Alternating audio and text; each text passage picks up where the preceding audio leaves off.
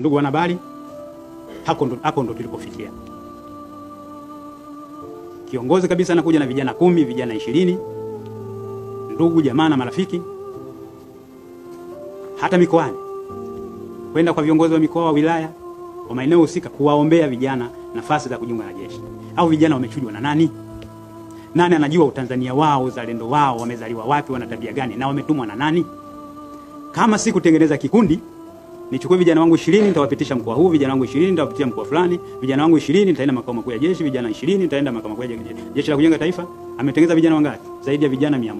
Wanapata mafunzo ya kijeshi. Anaenda kuwatumia kwa matumizi yapi? Hapo ndo tukasema hatutakaa kimya. Lazima tuelezane ukweli, kwa sababu ile jeshi ni la wazi. Na kwa sababu viongozi wamejitokeza, lazima tuliweke wazi. Huko walipo wanajijua walioleta majina, na baadaye nitasema ni hatua gani tutachukua, kwa sababu hizi ni zama za uwazi na ukweli.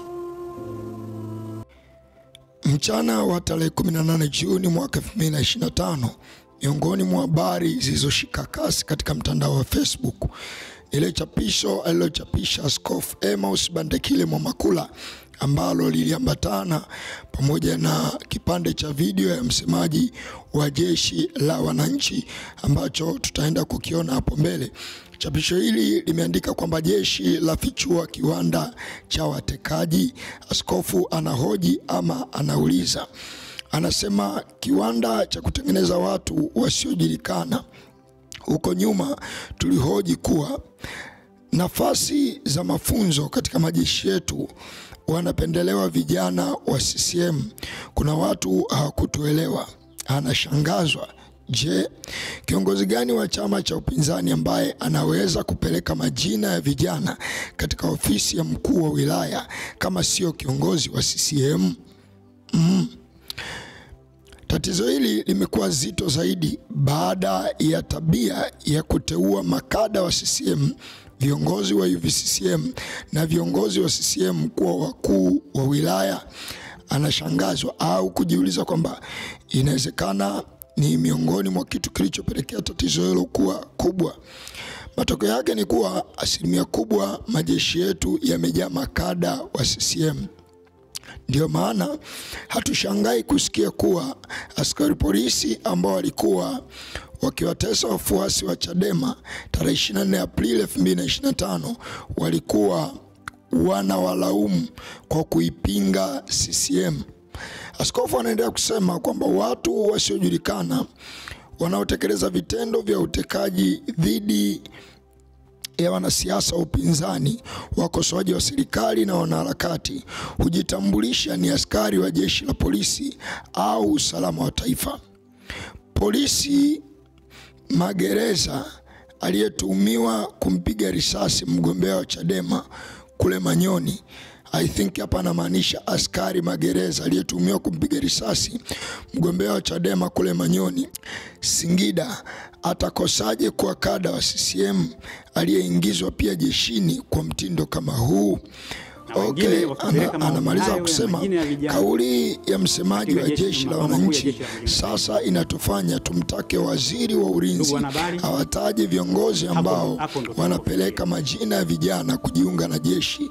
Vinginevyo, kama jeshi letu litaendelea kuficha majina yao, tutamchukulia kwa yeye ni sehemu ya mkakati huu kutumia jeshi kutengeneza vikundi vya mauaji nchini. Je, nini kimekushangaza?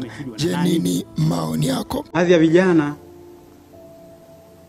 wamekuwa wakiwatumia viongozi.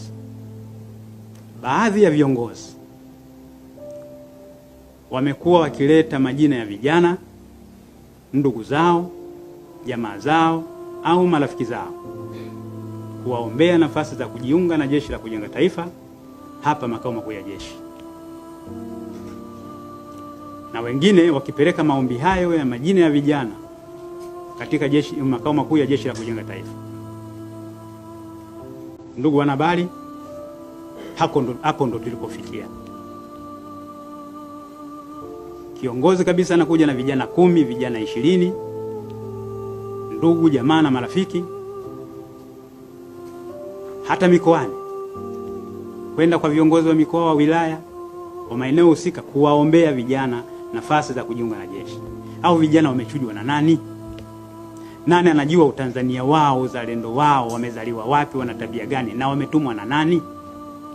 Kama si kutengeneza kikundi, nichukue vijana wangu 20 nitawapitisha mkoa huu, vijana wangu 20 nitawapitia mkoa fulani, vijana wangu 20 nitaenda makao makuu ya jeshi, vijana 20 nitaenda makao makuu ya jeshi la kujenga taifa.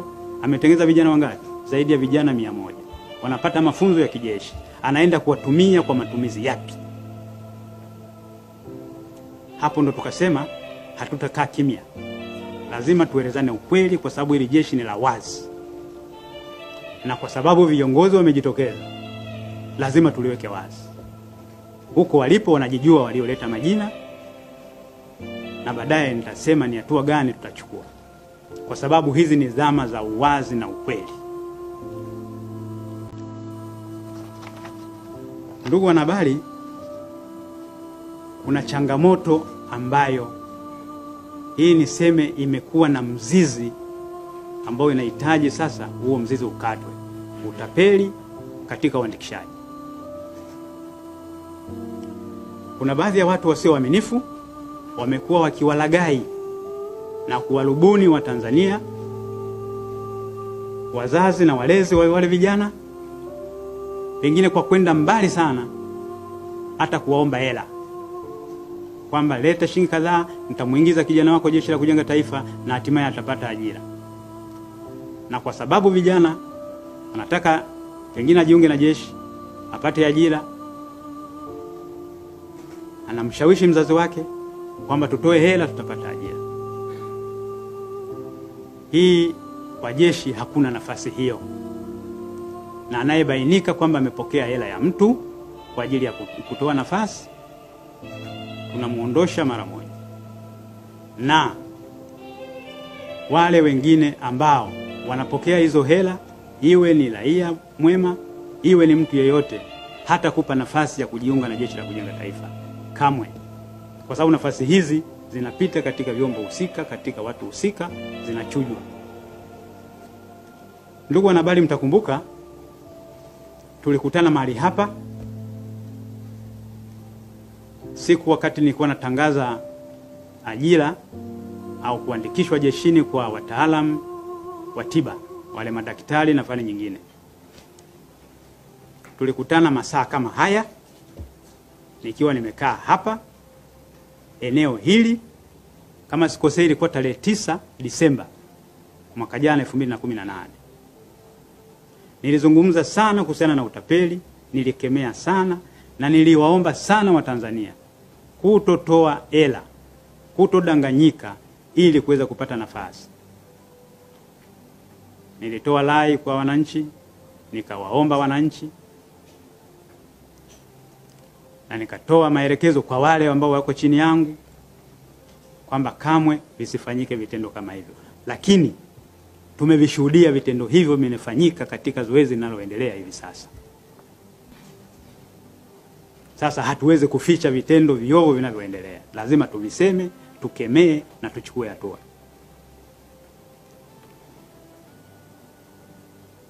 Taratibu zilizowekwa katika uandikishwaji, kabla ya kutoa maelekezo ya uandikishwaji kunawekwa taratibu. Hii imekuwa ni changamoto nyingine. Taratibu hizi hazifuatwi. Kwa kipindi hiki ambapo tunaandikisha, huku nyuma taratibu zilikuwa zinafuatwa. Kwa zoezi hili linaloendelea, taratibu hizi kwa baadhi ya maeneo, sio yote. Sehemu nyingine wamefanya vizuri sana kwa uadilifu, kwa kufuata taratibu. Baadhi ya maeneo taratibu hizi zimekiukwa.